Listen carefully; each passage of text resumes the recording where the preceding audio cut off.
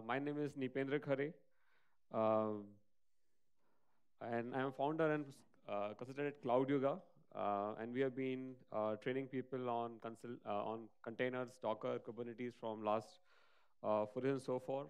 Before that, I worked for 11 years in the industry, primarily with uh, Red Hat. I'm a CNCF ambassador, as Tajit mentioned, and there are a few other stuff which is there on the slide here.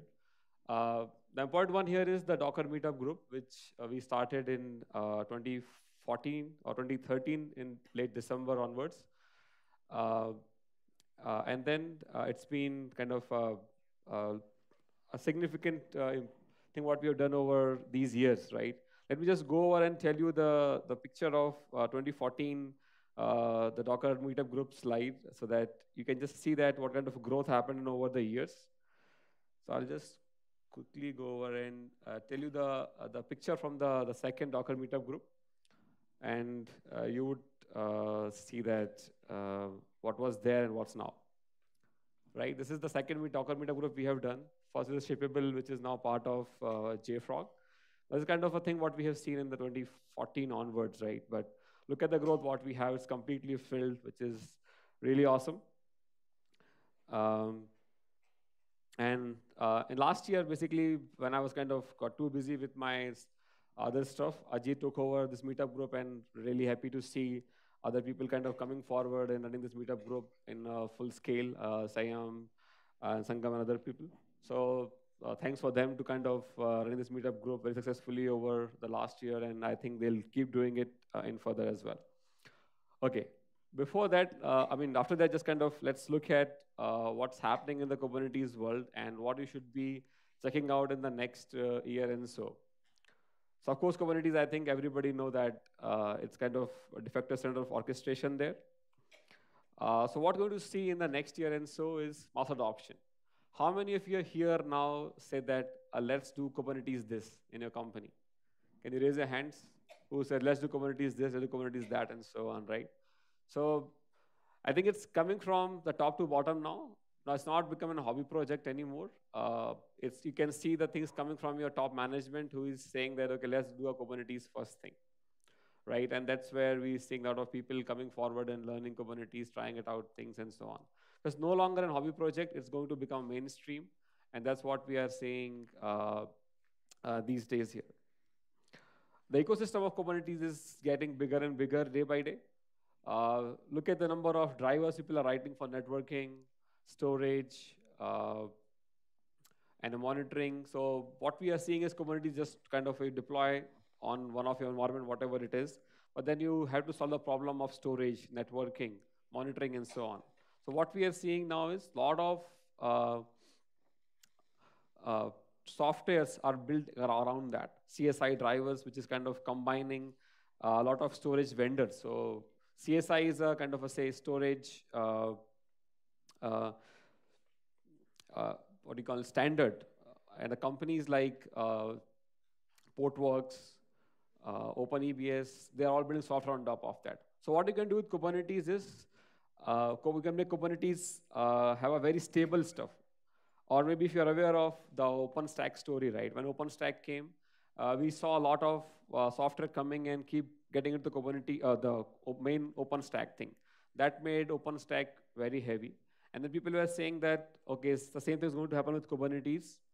So then the Kubernetes community did a very good job that we kept the Kubernetes thing very stable and very minimal. And then you extend that thing with the help of these something called as operators and controllers. So what you can do is you can have base Kubernetes, then you can add your own stuff on top of that. So for example, now even you can create an S3 bucket on AWS by running a kubectl command. So those kind of things are now possible. So you take Kubernetes and then deploy your stuff on top of that. And that's what people are writing more controllers and more operators on top of that. So you can say that, okay, if you deploy a database on top of Kubernetes, and you can say now, if my storage is filled 50%, I want to add more storage into my database. So all these things are possibles, and that's happening with the help of operators and controllers. So you should look for these things. So if you are into programming and and you like to kind of play with all the next gen stuff, you can learn these controllers and operators, which will help you to kind of extend Kubernetes for your personal need or for a company's need and so on. Then what you will see is you're going to see a lot of hybrid and the multi-cloud things happening in the Kubernetes world. So now what people are asking is, how can I have the Kubernetes setup on-prem and a respective Kubernetes setup on the cloud? And then I want to connect them together. So that's also possible with the product like Anthos from Google. So you can have part of your cluster running on-prem and part of it running on cloud.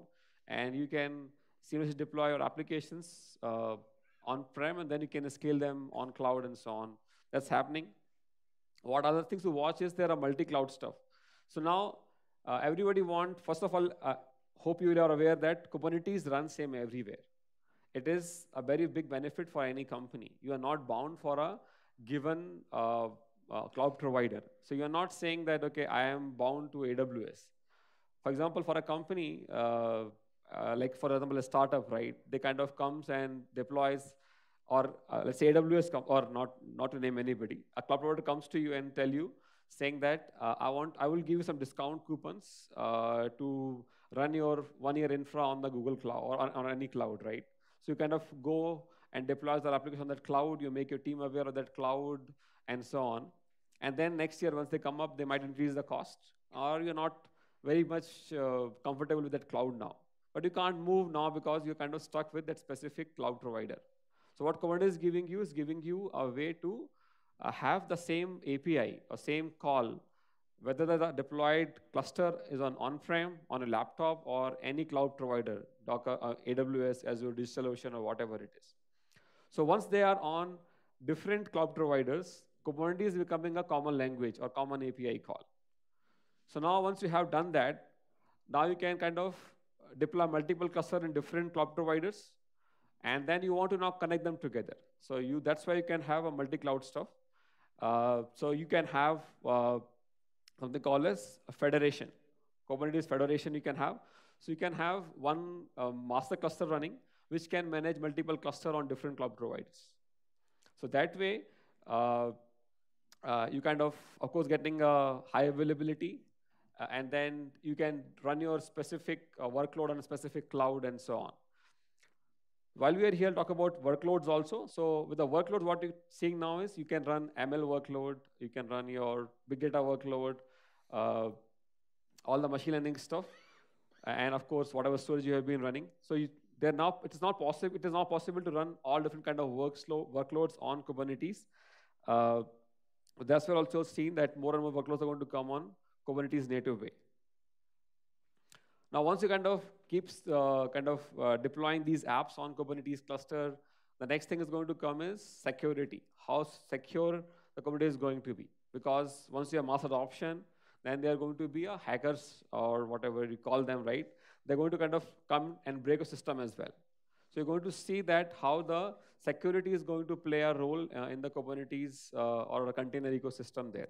So there are a lot of tools are going to come here, and security is the next thing people are going to look for, a company going to look for once the deployment happening in the production, because you don't want data to get leaked for your customers and so on. The security of the orchestration containers are going to be the next important thing where people are going to spend time and money, and of course, more and more products going to come in this area. Then you're going to have the Kubernetes is kind of also becoming very popular in the edge computing. So we're not going to have a lot of these devices which are going to be connected. So how do you kind of put them together? And there are interesting use cases are coming there with the help of Kubernetes there, because Kubernetes is agnostic to your OS and your platform. So that once you have these multiple different kind of devices, how do you say that they all work in the same way or connect the same way? So that's where the edge computing use case of Kubernetes is also kind of becoming very popular there. So those are the kind of trends which you have to kind of watch for in the next year and so. Let me just go over them one more time. Adoption is going to increase in every company. Ecosystem is completely all the time evolving there. More controls we're going to write on different custom softwares. Uh, for personal need, for example, I want to write a controller which can create a database for me if I run this command. Then once database is created, I do something else. So you can write some of these custom controllers. Then hybrid multi-cloud is going to be the next big theme, and federation, using which you're going to connect multiple clusters together. So security is another kind of important thing going to happen in this year, and of course edge computing there. That's all I have for whatever time I was given here. So we are doing a Kubernetes forum in Bangalore and Delhi. It is organized by the CNCF. So if you want to kind of attend those events, there's 17th Feb we are doing in Bangalore, and in 20th Feb it's happening in Delhi. So it's going to be a community event organized by CNCF. A lot of interesting talks are there. So if you want to kind of avail some the discount coupon there, they're on the screen. And yeah, that's all. Any questions anybody has just at a high level? Okay, then I think we are good.